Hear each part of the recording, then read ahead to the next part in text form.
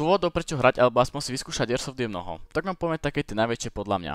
Takže, Airsoft je šport a fyzická aktivita v ňom dokáže byť intenzívna, ako 2 minúty pred príchodom mamčí z rodičovského. Skoro stále máte pocit, že sa na vás niekto díva a že proste onedlho zhebnete. Taktiež si tu veľmi vyskúšate púd seba záchovy vo veľa situáciách. Predom by ste ale mali vedieť, že ak sa do Airsoftu pustíte na 100%, tak vás to vyjde kurva draho. My už to veľmi dobre poznáme. A tak však, doprajem si, kúpim ten nový grip a zrazu nám domov frčí 300-eurový balík s vecami, ktoré vieme, že zhynú prachom. Ďalší dôvod môže byť jednoducho to, že máme radi zbrane. Airsoft repliky sú pre ľudí do značnej miery bezpečné, ale naozaj bacha na vaše oči. Tieto sviečkové okuliare nikdy, ale nikdy nepoužívajte. Späť k veci. Jeden z dôvodov, prečo hrám Airsoft je proste, že mám takúto parádičku. Sice stále je to drahý šmrc, ale v porovnaní s reálnymi ostrými zbraňami v takejto podobe je to o mnoho lepšie a lacnejšie. Ďalej musíme zmeniť niečo ako odreagovanie. Verte mi, nikdy som sa tak nikdy moc nevžil do tej aktivity ako pri Airsofte. Je vám úplne jedno, čo sa deje v okolitom svete, sústredite sa iba na danú situáciu a preto je Airsoft odreagovačka jak svinia. V neposlednom rade by som zmienil aj kondičnú prípravu asi na Armageddon, pretože nikdy som nebol tak moc dorobený ako po Airsoftovom zápase. Časom si na to zvyknete, ale tie prvé hry sú naozaj zabava, alebo vlastne každá prvá hra po dlhej zime. Na záver by som povedal, síce s menšou neistotou, ale jasnosťou, a to, že Airsoftová komunita ľudí je jedna z tých najlepších, v akých som kedy bol. Nájdu sa niekedy výnimky a tak, ale to predsa všade. Airsoftiaci vedia byť naozaj popiči, pokiaľ sa teda nespustí nekonečná hádka HPA versus AEG, ale to je na ďalšie video. Každý si pri hraní Airsoftu určite nájde svoj dôvod, čo ho bude motivovať v ďalších nákupoch, no napriek tomu viem, že Airsoft ma bude baviť ešte veľmi dlho a ak vlastne nie do konca života. Ďalej veľa ľudí zabúda napríklad na zlepšovanie zručností. Hranie Airsoftu môže pomôcť ľuďom rozvíjať rôzne zručnosti, ako sú streľba, taktika, komunikácia a plánovanie. Alebo jednoducho sociálny aspekt. Airsoft je tiež spoločenskou aktivitou. Hráči sa často stretávajú so svojimi priateľmi na hranie, vymieňajú si skúsenosť a budujú nové priateľstvá. Pretože Airsoft je v prvom rade tímová hra.